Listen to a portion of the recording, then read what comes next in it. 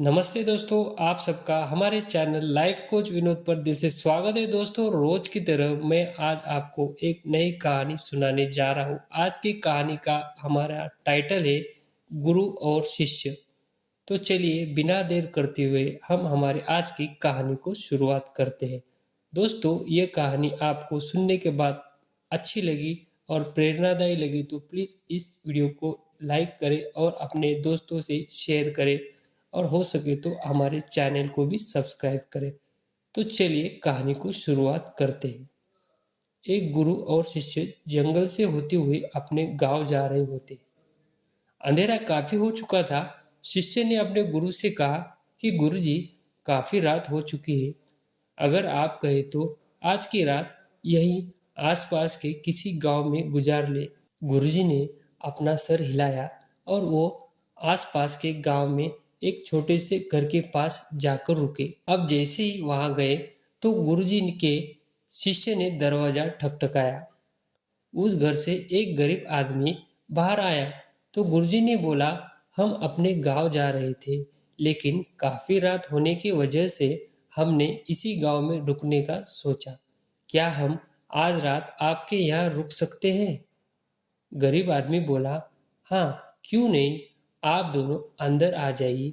अब जैसे ही गुरुजी अंदर गए, उन्होंने देखा कि उस आदमी के घर में बहुत ही ज्यादा गरीबी थी। गुरुजी ने उससे पूछा कि आप काम क्या करते हो? वह गरीब आदमी बोला कि मेरे पास बहुत सारी जमीन है। तो गुरुजी ने बोला, अगर तुम्हारे पास बहुत सारी जमीन है तो इस तरह से क्यों रह रहे हो? वह आदमी बोला, यह किसी काम की नहीं है। गांव वाले बोलते हैं कि यह एक बंजर जमीन है, यहाँ पर कुछ भी नहीं उगाई जा सकती है और वहाँ फसल उगाना बहुत बड़ी बेखूबी होगी। गुरुजी ने बोला कि तुम्हारा गुजारा कैसे होता है? उसने बोला कि मेरे पास एक भैंस है जिससे मेरा पूरा घर चलता है। यह सुनने के बाद गुरुजी सो जाते हैं और रात में जब सब लोग सो रहे होते हैं तब गुरुजी अपने शिष्य को उठाते हैं और उस गरीब आदमी की भैंस लेकर अपने गांव चले जाते हैं। शिष्य अपने गुरु से पूछता है कि गुरुजी, कहीं आप एक गलत तो नहीं कर रहे हो? उस गरीब आदमी की रोजी रोटी इसी भैंस की वजह से चलती है। तो गुरुजी अपने शिष्य की तरफ देखते हैं और मुस्कुराते हुए आगे बढ़ जाते हैं। उस बात को तकरीबन 10 साल गुजर जाता है और गुरुजी का शिष्य था वह बहुत बड़ा गुरु बन चुका था। तो एक दिन उन्हें उसी गरीब आदमी की याद आती है कि मेरे गुरु ने उस आदमी के साथ अच्छा नहीं किया था। मुझे एक बार चलकर देखना चाहिए कि वह आदमी अब किस परिस्थिति में है। वह शिष्य उस गांव की तरफ जाता है और वहां जैसे ही पहुंचता है तो वह देखता है कि जहां पर उस गरीब आदमी का झोपड़ा था वहां पर एक बड़ा आलीशान महल बन चुका था और उसी झोपड़ी के बाहर जो बंजर जमीन थी उस पर फूल और फलों के बगीचे थे। तभी उधर से उस घर का मालिक आता है। शिष्य उसे पहचान लेता है और उस आदमी को बोलता है, तुमने मुझे पहचाना? मैं अपने गुरुजी के साथ आया था।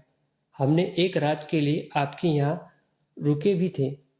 वह आदमी उसे पहचान लेता है और बोलता है कि उस रात में आप कहाँ चले गए थे और उस रात के बाद ही मेरी भैंस कहीं चली गई।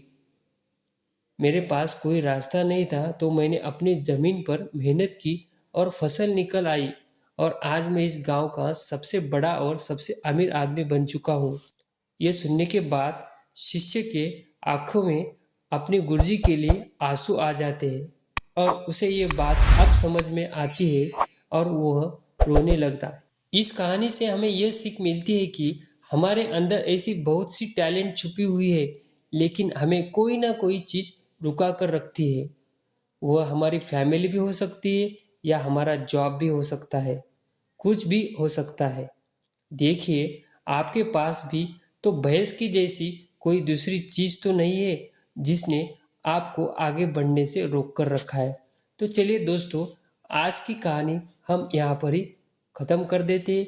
यदि आपको कहानी पसंद आए तो प्लीज़ हमें कमेंट में बताना और हमारे चैनल को नेक्स्ट कहानी अपडेट के लिए सब्सक्राइब जरूर करना। धन्यवाद।